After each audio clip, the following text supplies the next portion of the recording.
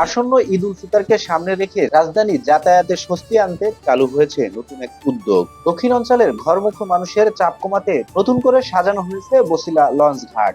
Sadarghat launch terminal এর দীর্ঘদিনের ভিড় ও ভোগান্তি এড়াতে এই উদ্যোগকে দেখছেন সংশ্লিষ্টরা একটি বিকল্প মাধ্যম হিসেবে। শ্রমিকদের নিরলস পরিশ্রমে দ্রুত প্রস্তুত করা হয়েছে ঘাট দুটি।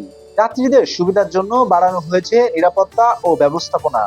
বছিলা, সাভার, গাজীপুর ও নারায়ণগঞ্জের হাজারো মানুষ যারা এতদিন যানজট পেরিয়ে সদরঘাট যেতেন, তারা এখন নিজ এলাকার কাছাকাছি ঘাট থেকে লঞ্চে উঠতে পারবেন। হ্যাঁ, আলহামদুলিল্লাহ ভালো। ফেরিঘাটের যে মোহাম্মদপুরে যে জামটা আছে ওই জামটা আর ধুলাবালুটা কেয়ারিং করতে হয়নি।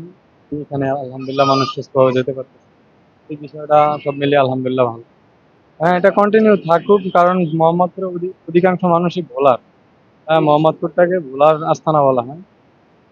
এখন এই ক্ষেত্রে যদি এটা কন্টিনিউ থাকে ভোলাবাসীর জন্য, ওই যে সোয়ারিঘাটের মোহাম্মদপুর থেকে যে জ্যামটা সেকশনের ওইটা আর পোহাতে হবে না। ওই দুর্ভোগটা, ধুলা বালুর রাস্তা কাটা অনেক কষ্ট হচ্ছে। ধারে কাছে আছে, সহজভাবে যাওয়া যাইতেছে, জ্যামটা ঠেলে যাওয়া লাগতেছে না সদরঘাট। থাকলে ভালোই। যানজটের ভিতরেও ভালো আছে, নিরিবিলি আছে। হ্যাঁ, রোডে খারাপ। তার চাইতে মানে লঞ্চের ঘাটটা এই জায়গায় রাখলে অনেকটা ভালো হয় আর কি, আমাদের কষ্ট কম হয়, আমরা একটু ভালোভাবে যাইতে পারি। গত 17 মার্চ থেকে চালু হওয়া এই বিশেষ সার্ভিসটি বছিলা ঘাট থেকে 6টি লঞ্চ চলাচল করছে। হাকিমউদ্দিন, শরীয়তপুর, চাঁদপুর, ইলিশা ও গলাচিপার পথে।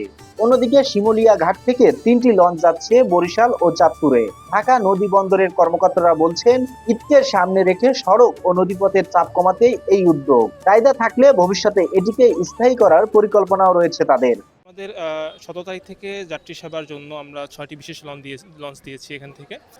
আর ঘাট নতুন হিসাবে হচ্ছে সাড়া পাওয়া যাচ্ছে, তবে আশা করা যায় যত বেশি প্রচারণা বাড়বে, আশা করা যায় এটার আরও বেশি যাত্রী সংখ্যা বৃদ্ধি পাবে ইনশাআল্লাহ। তবে সংশয় রয়েছে।